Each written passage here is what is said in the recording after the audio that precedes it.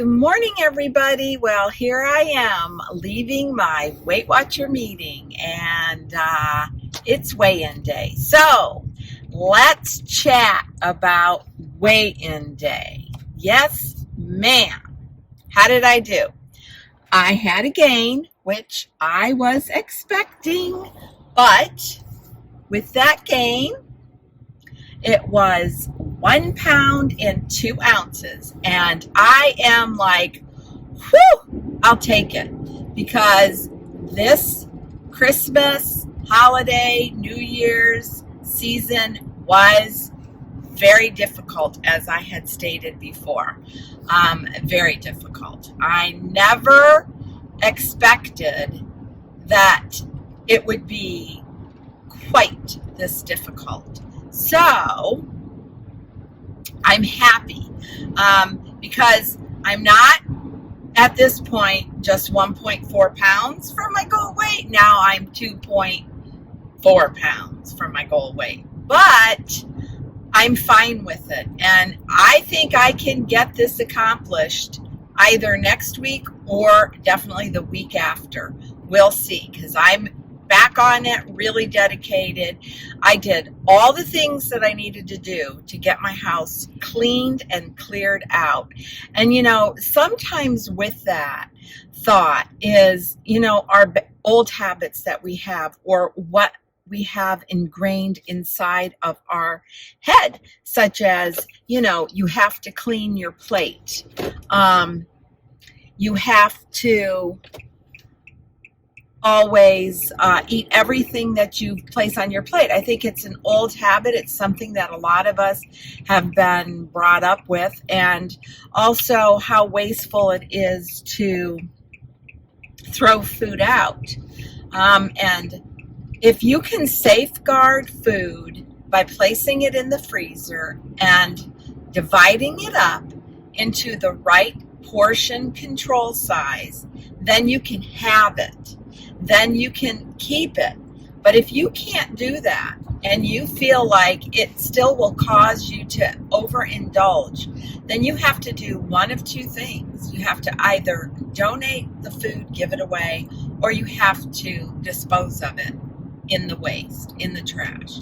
And so that is wasteful if you think about that. I did have some cookies that were left over that I did give away, and a few that I went ahead and just pitched and put out. And the rest of the main foods, if they were just plain leftovers and had been in the fridge and no one ate them, then those went down the garbage disposal.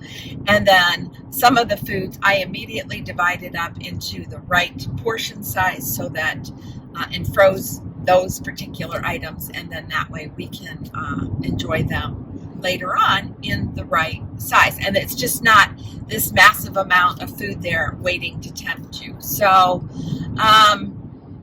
yeah, I'm good, because as I said, even though I had in my mind everything that I was going to do to combat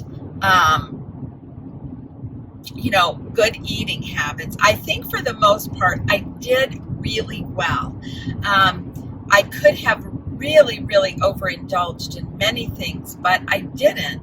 And the choices that I made happened to be choices like maybe some sausage that's higher in sodium and fat, and crackers that I don't normally eat, and cheeses and things like that. So it was a treat. I went ahead and made those choices for myself and enjoyed the holidays. And now it's time to just get back on. So, a pound, what was it? 1 pound and 2 ounces. To me, it's fine. It's fine because it just gives me that good encouragement to just go ahead and just stay focused and get to achieving my main goal. And I'm very close. And now I don't have another holiday to worry about, because until Easter. And then I made it through Easter last year and did fine. And so I'm not as keyed up about that, but it's just all the continuation. We had birthdays, we had out dinners out a lot, and things that I have just been kind of staying away from and avoiding. But through all of that, I'm pretty proud of the choices that I did make, and embedding into my head things like just take a taste of, because that really does save your bacon a lot. So I wanted to talk to you about that, and I wanted to just talk about just renewing a commitment to yourself when it comes to your health and weight loss. Don't get stuck on the thoughts of, I can't do it. Don't tell yourself, I'm too old to lose this weight. It won't do any good. It will do a ton of good. I'm 64 years old. I feel energized. I feel better than I have in years. I feel better than I did when I was in my 40s. And what I can say is, and I have also been taken off of 3 different medications. So yes, it does do good. Yes, you can do this. Yes, you can train an old dog to do new tricks. And it's just commitment. It's dedication. And there is no time to start than right now.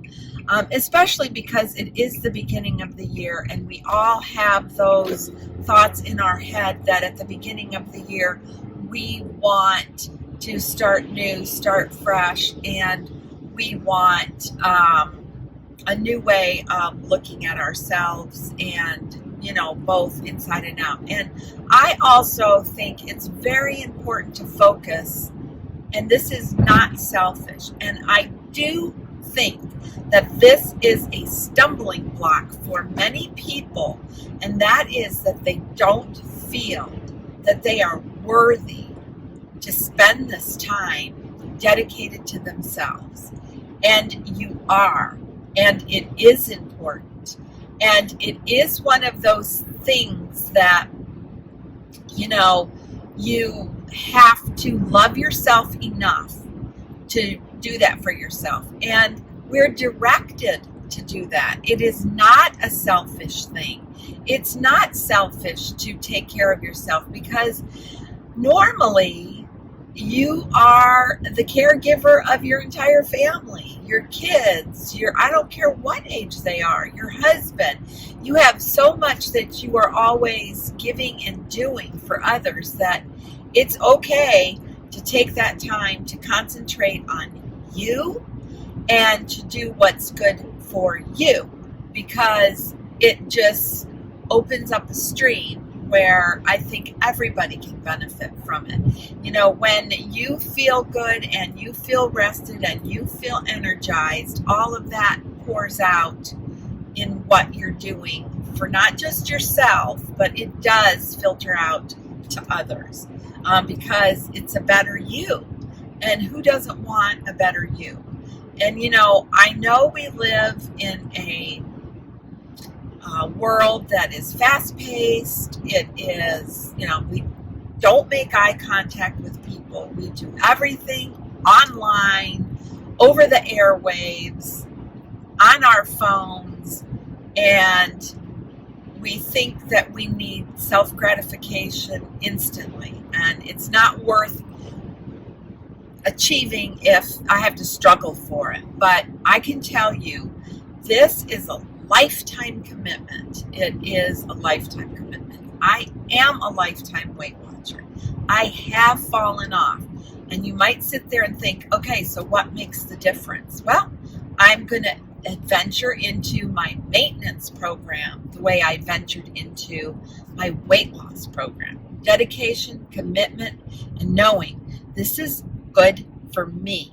And this is what I choose to do so that I can be strong, healthy, emotionally, physically, mentally, all of the above. So continuing on with Weight Watchers, I am still on the purple plan. I'm going to continue on that plan until I hit my maintenance, and then I'm going to learn all about how my body is going to adjust to that. I'm still planning on going down an extra 3 pounds once I hit my goal, because I want to have that little leeway there. You know, it's really easy to get on the scale overnight and see it fluctuate upward, but that really truly isn't what I would consider to be a true weight gain, because it depends on what you've had. Did you have high sodium food? Did you eat a bunch of, crackers and cheeses, and, was there an occasion? So when that weight maintains and that weight stays on the scale day after day because you've just had a little bit more of it and a little bit more, that's a true weight gain. So there's a whole lot to learn about maintenance, and there's a whole lot to learn about surviving your weight loss. So we're going to continue on this journey. I hope you'll come with me. I hope I'm motivating you to do something. It's baby steps. Just take a baby step. Don't look at the end result of it. Just little steps. And it's kind of like when I made the decision to grow my hair out. It takes some courage, and it takes determination, and it really takes a time in your life where you have to, let's say, drop a shield in front of you so that you can block out any comments or suggestions from others that are negative or questioning, why are you doing this? If you grow your hair out because you want it to its natural color, you've thought that process through. So you know the reasons why you're doing it. If you choose to lose weight, you're thinking that process through, and you know why you want to do it. Now you just have to, you've got the motivation, now you've got to keep it. And only you can do it. And you can do it with the help of a lot of good positive encouragement. And that's attending group and social meetings that really encourage you. So until my next video, be kind, be humble, age gracefully. Bye.